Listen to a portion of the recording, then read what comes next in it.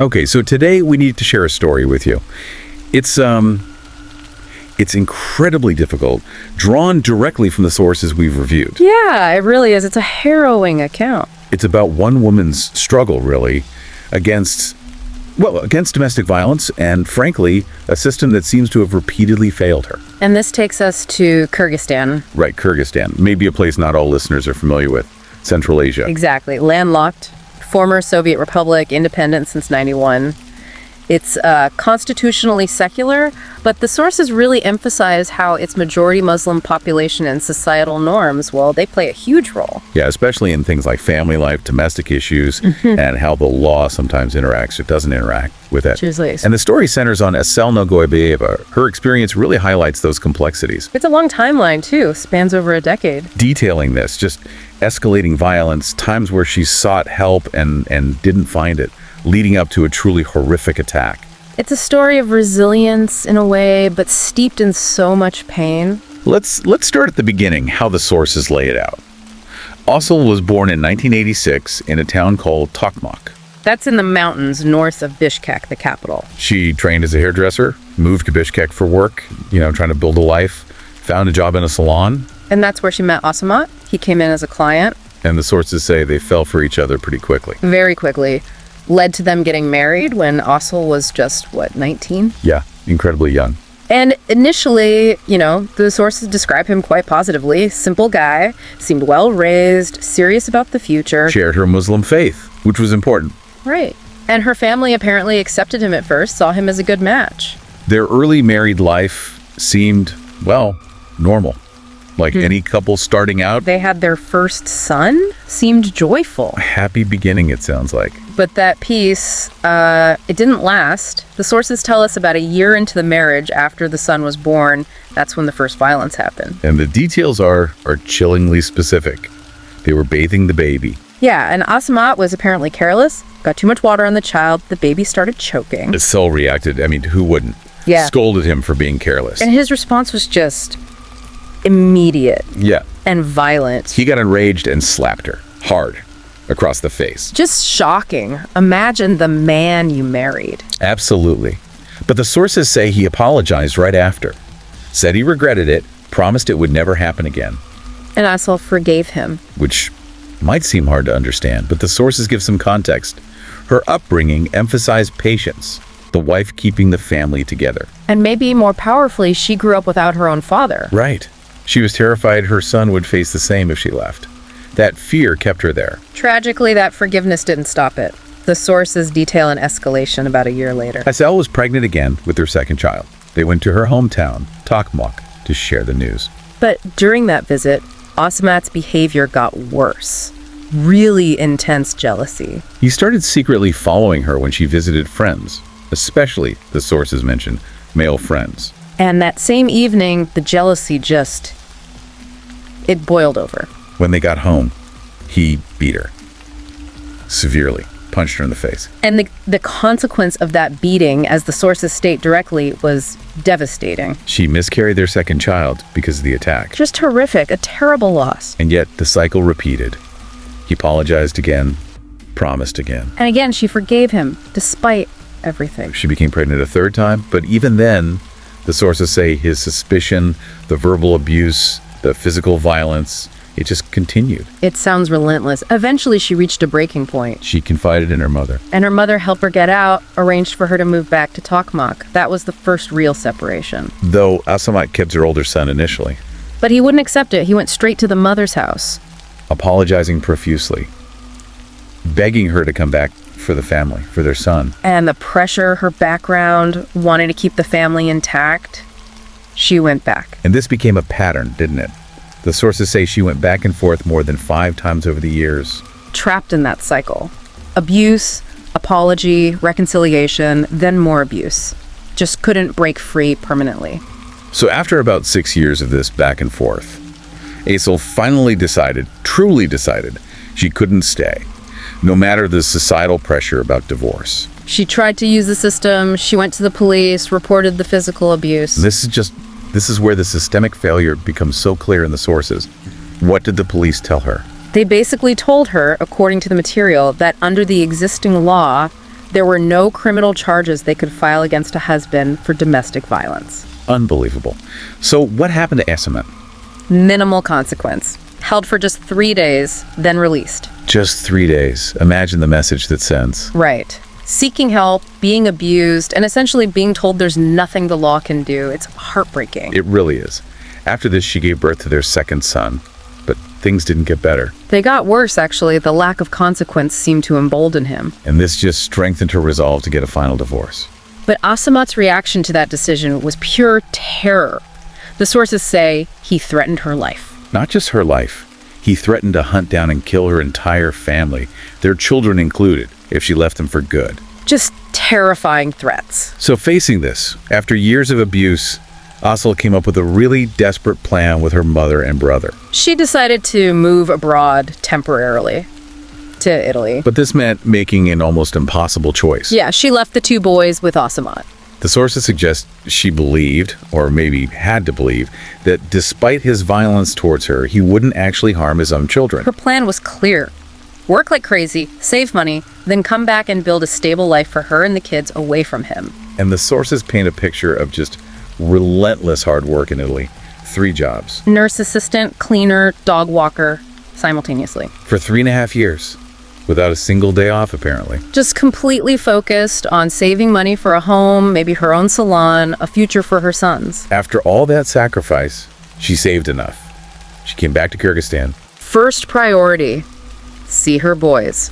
It had been 3.5 years. She went straight to Asemat's house. And what she found there, the sources describe it as devastating. The living conditions were poor.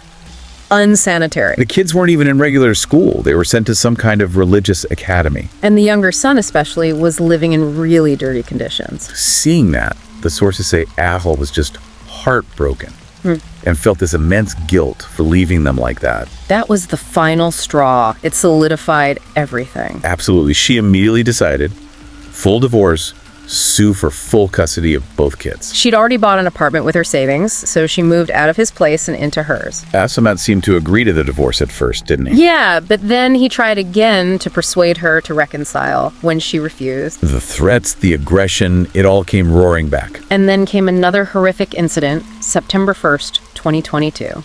He followed her after she'd been shopping, forced her into a dark alley or some secluded corner at knife point. And the sources are very clear about what happened next. He raped her. She screamed. Thankfully, neighbors heard. They called the police, who arrived and actually arrested Asemat right there at the scene. This time, Azel seemed absolutely determined. She gave a statement, insisted on pressing charges. But then his family got involved again. Contacted her, pleading, forgive him, he's the father, think of the children, society. All that pressure again. And heartbreakingly, incredibly influenced by all that, she withdrew the complaint. Asked only that he leave them alone. Just leave them in peace. But the sources point out this leniency didn't deter him. It did the opposite. It emboldened him. The source uses the term yatsum, like feeling arrogant, untouchable. His harassment just escalated, stalking her, calling from different numbers. Telling her where she was, proving he was watching her, and constantly, repeatedly threatening to kill her. She was living in constant fear. Her family even took turns staying with her for a while for protection. But eventually they stopped. Maybe she felt a tiny bit safer, or maybe they just couldn't sustain it. And that fragile sense of safety was just obliterated. Yeah. Morning of January 31st, 2023, about 6:30 a.m. She was doing her morning routine. Eldest son just left for the school bus. Younger son still inside the apartment. And a small detail, but crucial in the sources. Her apartment door wasn't fully closed. It was slightly ajar. Which is how Asemat got in. He forced his way through that door. The attack was immediate, brutal. He hit her head twice with a pipe. Didn't knock her out right away, but stunned her, disoriented her. Then he strangled her until she lost consciousness. She woke up to the sound of her younger son crying hysterically. She saw Asemat in the room. And this detail from the sources is just truly nightmarish. She saw Asemat yelling at their terrified little boy, threatening to kill the child if he didn't stop crying. Azel's maternal instinct just took over. Injured as she was, she tried desperately to get up to protect him. But she was too weak, saw blood everywhere, realized how badly hurt she was. Seeing her awake, Asemat, he grabbed a knife, pushed her against a wall, and just started stabbing and slashing her. Face, nose, neck. Repeatedly. The sources mentioned damage to her lymph nodes, and all of this happening right in front of their traumatized son. Her memory of it is fragmented, understandably. Just the relentless cutting, stabbing. She got incredibly thirsty from the blood loss. And then this act of just unbelievable cruelty described in the sources. She asked him for water. He brought her a bucket filled with dirty water, cleaning rags, and her own blood, and offered it to her, mocking her. It's beyond comprehension. But help was coming. Neighbors heard the screams again, called the police. The police had to break in. They arrived just as this horrific attack was unfolding. In Asamat's final act, before they subdued him. He attacked the police officers with the knife. Azel was rushed out, critical condition. Severe blood loss, catastrophic injuries. And even getting treatment was fraught. The first hospital, the sources say, refused her due to eligibility issues. Precious time lost. They rushed her to a second hospital, which admitted her, immediately seeing her state. Her injuries were just devastating. Nose completely severed, one ear cut off, multiple deep wounds to her face and neck. The police actually searched the apartment for the severed nose and ear, hoping for reattachment. They eventually found them in Asamat's bag. But by then, it was too late. The tissue was necrotic, couldn't be used. She was transferred to the National Hospital, underwent this massive surgery, 99 hours long. A team of 6 doctors worked on her. They saved her life, but the damage was immense. Reconstruction was incredibly difficult. She also lost about 20% of her hearing. And the road ahead, the sources make clear, is incredibly long. Extensive psychiatric, psychological treatment needed, maybe for a year or more. Plus multiple complex surgeries still required for reconstruction. There was an offer from a Turkish plastic surgeon, the sources mentioned, but funding is a huge hurdle. The fundraising hasn't reached even half the goal yet. It's just layer upon layer of trauma. The sources mentioned she fainted the first time she saw her own face after the initial surgeries. Understandable. This time, though, after the January attack, Asamat was kept in custody. Finally. And there was another legal development later in 2023, September 27th. He got 8 years in prison. But that was for violating the probation from the 2022 alley attack, right? Not for the January attack itself. Correct. That was a separate sentence. But significantly, the sources report that this whole horrific case led to real scrutiny within the justice system. Yeah, the government actually fired 9 judges. The ones involved in that earlier lenient ruling after the 2022 attack, offering conciliation instead of real consequences, holding them accountable. So the case did force some kind of reckoning, at least. It sparked calls for reform. Definitely. Then came the trial for the January 2023 attack itself. First hearing early 2024. Asamat pleaded not guilty, apparently acted erratically, claimed he was possessed, causing delays. But at the second hearing, January 26, 2024, the sentence came down. 20 years in prison. No possibility of probation for this attack. Plus, compensation ordered to Azel, about 850,000 Thai baht, and a fine to the state. How did Azel and her family react to that sentence? The sources say they were dissatisfied, felt it was still too lenient given everything, attempted murder, the history. You can understand why, after everything she endured. Absolutely. And her case really did ignite something in Kyrgyzstan. Public protests, movements pushing for gender equality, demanding an end to domestic violence. Azel herself, quoted in the sources, had a powerful message. Yeah, hoping her case serves as an example so no other woman has to suffer what she and her family went through. But the horror isn't entirely over, is it? Even from prison. Chillingly, no. The sources reveal he's continued the terror campaign, sending threatening letters from jail. Promising to escape and kill her family, even the children. Exactly. The threat remains even with him locked up, which underlines why systemic change is so crucial. And her cousin, Diane Elkin, is fighting for that, right? Petitioning Parliament. Yes, whom Azel considers like a sister. She's pushing hard for stronger domestic violence laws. She even said publicly she'd reveal Azel's disfigured face if lawmakers don't act, to show the true cost of inaction. Wow, that's powerful.